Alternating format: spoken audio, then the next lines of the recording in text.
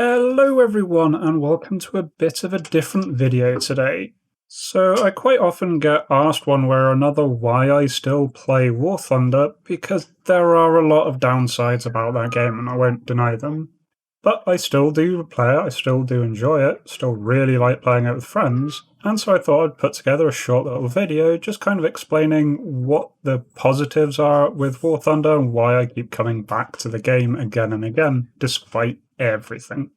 So yeah, first off, let's just address the obvious: what is wrong with War Thunder? And specifically today I'm talking about War Thunder as a sim game as opposed to War Thunder arcade, tanks, naval, all of that very different gameplay.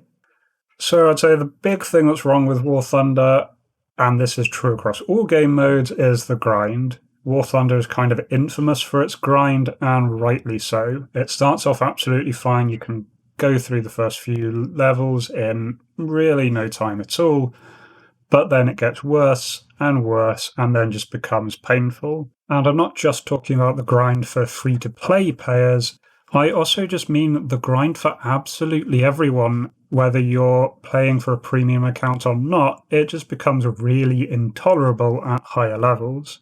And Gaijin do go out of their way to encourage this grinding nature with their constant battle passes, with limited times where you have to do samey objectives day after day. Really just reinforces that feeling of it's a job rather than a game. Other thing people often bring up is the fact that as a sim, it is really not anywhere near as high fidelity as IL-2, and especially not as much as DCS. Are both much more realistic, much more in-depth, and so generally the natural progression is to go from War Thunder to one of the other or both of the other sims, depending on if you're more interested in modern or more interested in Second World War. And the point that bothers me the most is Gaijin, the developer of War Thunder's general seeming disdain for the sim community. All of their game modes, everything that they're putting forward, it's very much arcade mode is the one they're putting the most effort into, the most focus, followed by realistic, and then the sim mode is just thought of as an optional extra at the end that really hasn't seen anywhere near the level of love and attention that it really deserves. And this is very much apparent with the near constant nerfing of the sim economy that we've seen over the past few years. Has got a lot better in the last 6 months or so, but after just repeatedly having sim rewards cut again and again because Gaijin statistics said so, yeah, that is something that really got to me. Ended up the point that for quite a lot of matches, you could expect to be losing your progress, losing SL, rather than gaining anything if you were playing sim, getting to the weird situation where you had to play the other game modes to afford to play sim, the mode that I'm actually most interested in. So yes, War Thunder has problems. It has a lot of problems.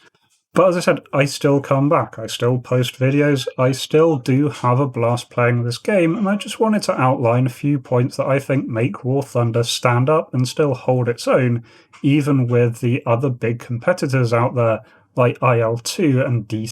So first up is probably the biggest point that keeps drawing me back again and again, and that's just how quick and easy War Thunder is to get in and get a good dogfight in sim mode. Pretty much any time of the day there will be some servers somewhere that have a decent population, and in one of those you can take off, fly for maybe 5 minutes, and end up finding yourself in a dogfight. Fly a couple minutes more, end up in a massive furball.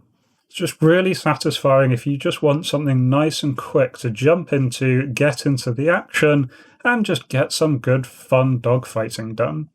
I'll contrast that with something like IL-2, where it is absolutely possible to jump into a dogfight server and be flying around for an hour and not see any action, just because you don't see anyone, or people you see fly away or disengage, or just as frustrating, fly around for an hour and get jumped from above by something you didn't see. This applies particularly strongly from a content creation point of view, because I know if I put in an hour of War Thunder time, I will get some material for a video. If I put in a couple of hours, I know I'll get a decent video out of that no matter what, whether it's a video of me embarrassingly dying very often, or me getting a load of kills, or a mix of both.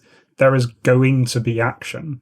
However, it is absolutely possible, and has happened many times before, that I can put in a couple of hours into IL-2 and just have a bit of a boring run out. Now, DCS is a bit better because very often the servers that I'm on do have things like Overlord, so they can guide you toward the action a bit better. But it is definitely still a slower experience. You do the startup, you take off, there's normally a decent flight to the front line. And so, although you do still get that consistent fun, it's just not quite as immediately engaging if you just want to get right into it. Another thing that really does keep me engaged with War Thunder is just that I really like the enduring confrontation game mode. I think it is almost ideal for the kind of play that I enjoy. You can do a full game in a couple of hours. There are varied objectives that cater for PvE or PvP fighting, depending on what you feel like. Also, ground attack versus air attack, depending on what you're feeling like. So there's always something there for you, something there for any plane you feel like going out in. And because of the way the objectives spawn and draw players in, even if you have a relatively low population server, there is again always action there. With things like the A capture points or the ground battlefields or the bomber escort missions, those draw players from both sides into the same region, really focusing the fighting. So you can have a 10v10 match that feels so much more populated, so much more active than even, say, a 70-plus player map on something like IL-2, where all 70 players are scattered over the entirety of a massive front. Once again, that's nothing that's wrong with IL-2. Sometimes I am absolutely in the mood for that sort of quieter, more thought-out experience. But I just like enduring confrontation, that nice, quick, get in, put in a couple of hours, and help your team win a match. And I would love if some things like DCS and IL-2 started implementing game modes that kind of rivaled enduring confrontation. And of course, you really can't mention War Thunder without mentioning the sheer amount of vehicles. And yes, part of that does definitely add to the grind, especially when they've just added in yet another version of one vehicle that they've already got 10 versions of, just to bulk out the tree, slow down grinding. That's not great. But the fact that they have pretty much every aircraft that saw service in the Second World War, and a bunch that didn't, and they've got aircraft ranging from the interwar period all the way up now to F-16s. There's something for every period, which you can't really say about IL-2 and DCS. IL-2 obviously focuses on World War II, again, that's fine.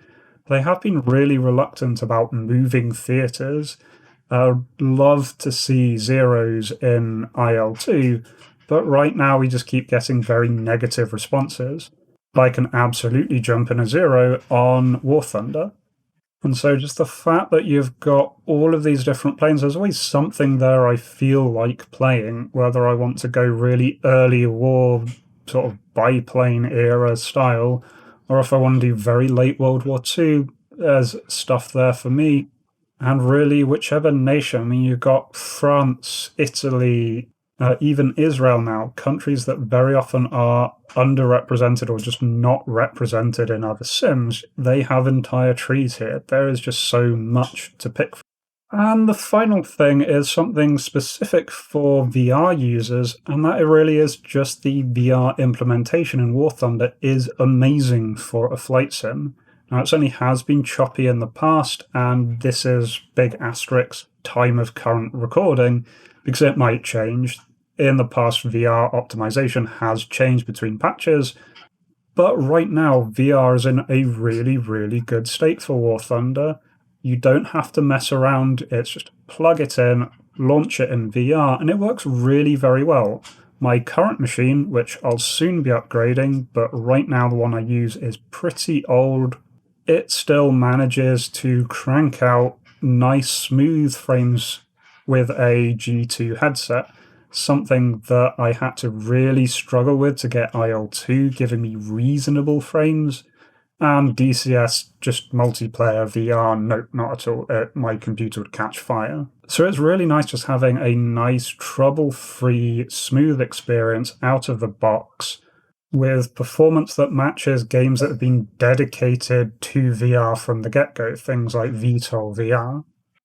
Yeah, those are my thoughts. Those are the reasons why I keep coming back to VR. And even though I love IL-2 and I love DCS, I still put time into War Thunder again and again because it is this really quick, cool, varied experience that just runs great out the box.